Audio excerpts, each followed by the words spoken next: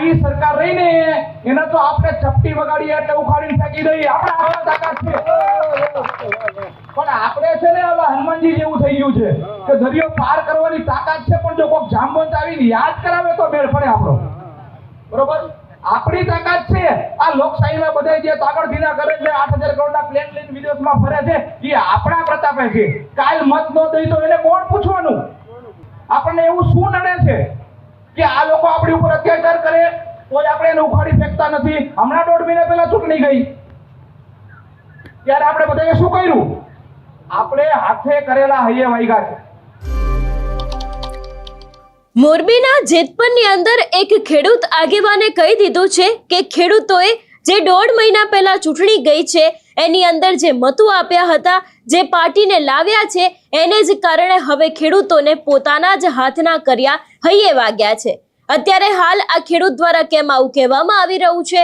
ખેડૂત આંદોલનને લઈને આજે ખેડૂત આગેવાન છે એમના દ્વારા શું કહેવામાં આવ્યું છે, એ દરેક વિષયને લઈને વિગતે વાત કરીએ. નમસ્કાર, હું હંસિની અને તમે જોઈ રહ્યા છો નિર્ભય ન્યૂઝ. મોરબીના જેતપુરની અંદર અત્યારે હાલ જે ખેડૂતો છે એ લોકો ઉપવાસ પર ઉતર્યા છે. બીજી બાજુ ત્યાં ક્યાંક ને ક્યાંક આપણે જોતા આવ્યા છે કે ખેડૂતો છે એ લોકો સીધા જ સવાલ સરકારને પૂછી રહ્યા છે ને ધીરે ધીરે એક બાદ એક ખેડૂત આગેવાનો છે એ લોકો આખા જે વિરોધ પ્રદર્શન છે એની અંદર જોડાઈ રહ્યા છે. વધુ એક ખેડૂત આગેવાન છે એ પણ ત્યાં પહોંચ્યા હતા. એમના દ્વારા એવું પણ કહેવામાં આવ્યું છે કે જો આપણા લોકોની એકતા હશે તો આપણે ધારીએ કરી શકીએ છીએ. એક જ સમયની અંદર આપણે સરકાર પણ બદલી શકીએ છીએ. અને એટલું જ નહીં, જે અહીંયા બેઠેલા નેતાઓ છે એ દરેક લોકોનું ભવિષ્ય પણ ક્યાંક આપણા હાથમાં છે, એવી પણ વાત આ ખેડૂત આગેવાન દ્વારા કરવામાં આવી છે. અહીંયા વાત ક્યાંક સ્થાનિક સ્વરાજની ચૂંટણીને લઈને કરવામાં આવી છે.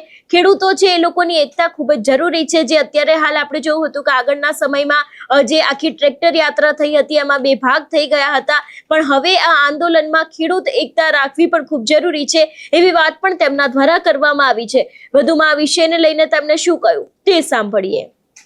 આવી સરકાર રહીને એને તો આપણે ચપટી વગાડીએ એટલે ઉખાડીને ફેંકી દઈએ. આપણે આવા તાકાત છે.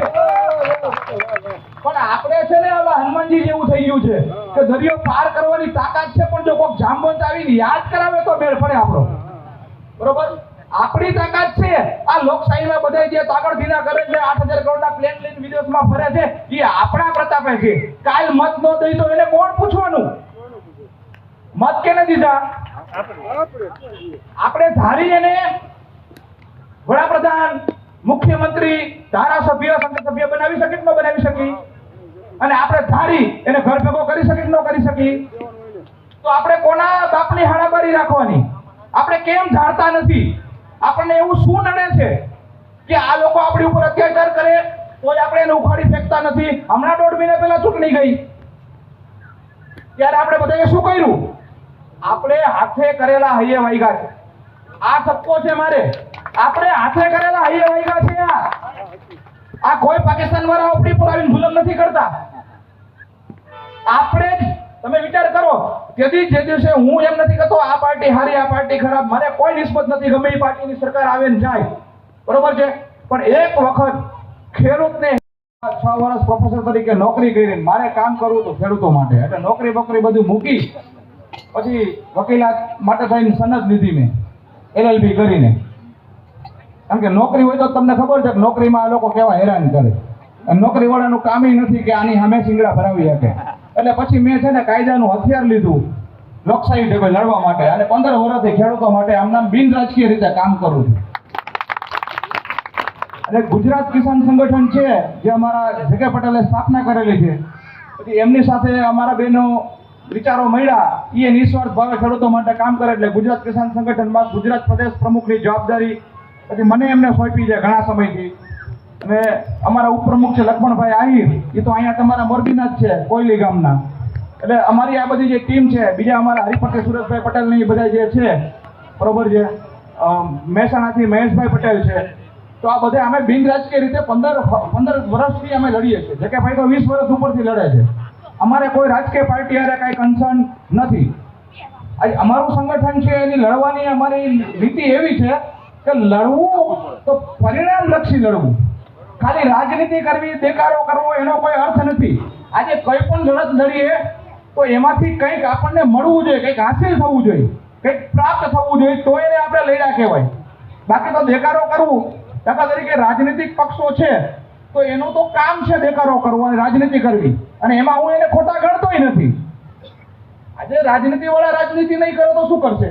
એ તો કરવાના જ છે, બરોબર છે, અને એ કરે એમાં હું ખોટું માનતોય નથી. પણ આપણે જોવું પડશે કે આપણને સાથ સમર્થન આપવા વાળો માણસ છે એ કઈ દાનતથી આવ્યો છે, એના રોટલા શેકવા આવ્યો છે, રાજનીતિ કરવા આવ્યો છે, કે દિલથી આપણને સમર્થન આપવા આવ્યો છે, એ સમજવું આપણે પડશે. જ્યાં સુધી આપણે નહીં સમજીએ ત્યાં સુધી લોકો આપણને મૂર્ખ બનાવીને ઠગતા રહેશે. આ જવાબદારી આપણી છે. દાખલા તરીકે હું ઉદાહરણ આપું. સૌથી પહેલા આ થાંભલાઓ તો લગભગ 15-20 વર્ષ 25 વર્ષથી ગુજરાતમાં નખાય છે. તમે કચ્છમાં જાઓ કેટલા વર્ષ જૂની લાઈનો છે. તો આની પહેલા શું થતું હતું? સિસ્ટમ શું હતી? તમારી વાડીએ સીધું જીસીબી આવી જાય, નહીં કલેક્ટરનો ઓર્ડર, નહીં નોટિસ, કાંઈ નહીં, અને થાંભલો નાખવા માટે પોલીસને બધા ભેગા હોય થાંભલો નાખી દે. કોઈને ખબર હતી નહીં, ખાલી એક જ ખેડૂતને ખબર હોય કે મારી વાડીએ થાંભલો નાખે છે. એટલે ખેડૂત એમ કહેતો આ કાંઈ આપણને દંડા બંડા મારે ને કાંઈ આપણે સરકારી કામ છે તો આપણે કાંઈ કરી શકીએ નહીં, એટલે થાંભલા નખાઈ જતા. બરોબર છે.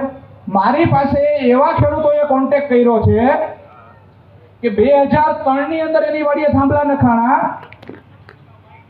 એને જમીનનું 1 રૂપિયો વળતર નથી મળ્યું, એને ખબર જ નહોતી. બરોબર છે.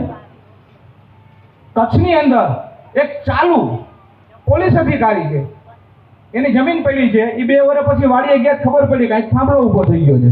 એને અરજી કરી કલેક્ટરમાં કે ભાઈ થાંભલો ઊભો કરી ગયા મારી જાણબાર, એનોય વાંધો નહીં, પણ આનું વળતર તો મને દ્યો. ન વળતર આપ્યું.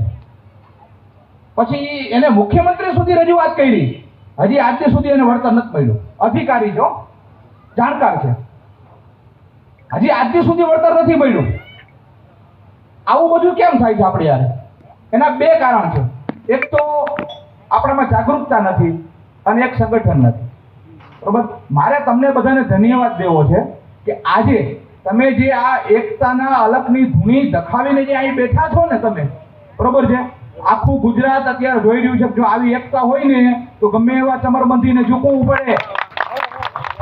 તમે દાખલો બેસાડ્યો છે, તમને અભિનંદન આપ્યા. હવે મારે એક ઠપકો પણ આપવો છે. ઠપકો એટલે ખાલી તમારા ગામની વાત નથી કરતો, ગુજરાતના 56 લાખ ખેડૂતોને ઠપકો આપું છું. આ ઠપકો એટલા માટે આપું છું કે 15 દિવસથી અમે બિનરાજકીય રીતે રાત દિવસ લડીએ છીએ. બરોબર છે. ઠપકો આપવાનો અધિકાર મારી પાસે શું કામ છે એ તમને પહેલા કહી દઉં. અમારી ટીમ લડે છે. બરોબર છે. આજ મારા ખેતરમાં એકેય થાંભલો નથી આવતો, જકે પટેલના ખેતરમાં એકેય થાંભલો નથી આવતો. બરોબર. તેમ છતાંય અમે લડીએ છીએ રાત દિવસ, અને અમારી લડત છે હું તમને કહું કે અમે શું લડ્યા. તમને ઘણાનામાં પ્રશ્ન થશે કે તમે આજ તો પહેલી વાર સ્ટેજ ઉપર દેખાણા, આટલા દિવસથી આ ધમધમાટ હાલે છે, તમે ક્યાં હતા? હું ક્યાં હતો એનો હું તમને વાત કરીશ. બરોબર. અને એ સમજવું પડશે તમારે કે કોણ ક્યાં છે. હવે હું તમને કહું, જેથી કચ્છની અંદર વાંઢિયાની અંદર ખેડૂતોની ટીંગાટોળી થઈ, જેથી કચ્છની અંદર વાંઢિયામાં રોડ બ્લોક થયો, તેથી આપણે રોડ બ્લોક કર્યો હતો? તેથી આપણે ક્યાં રોડ ઉપર નીકળ્યા? હે? તો આપણી ભૂલ નહોતી? તો આપણને ઠપકો મળવો જોઈએ કે ન મળવો જોઈએ? આ 56 લાખ ખેડૂતો જેથી વાંઢિયાથી શરૂઆત થઈ, તેથી જ આપણે મોકળું મેદાન ન મૂક્યું હોત તો? જો બંધારણે આપણને અધિકાર આપ્યો છે ગાંધી ચિંધિયા માર્ગે લડવાનો, સુપ્રીમ કોર્ટે પણ કીધું છે કે ધરણા કરવા, રેલી કરવી, સરકારનો વિરોધ કરવો એ આપણો અધિકાર છે. બરોબર. કોઈની તેવડ નથી આપણને અટકાવી શકે. આપણો બંધારણે આપેલો અધિકાર છે અને આપણામાં તાકાત છે સાચી.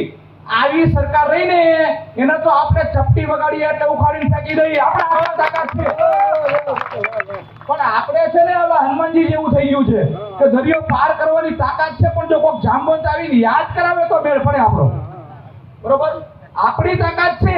આ લોકશાહીમાં બધા જે તાગડધીના કરે છે, 8,000 કરોડના પ્લેન લઈને વિદેશમાં ફરે છે, એ આપણા પ્રતાપે છે. કાલ મત ન દઈ તો એને કોણ પૂછવાનું? મત કેને દીધા?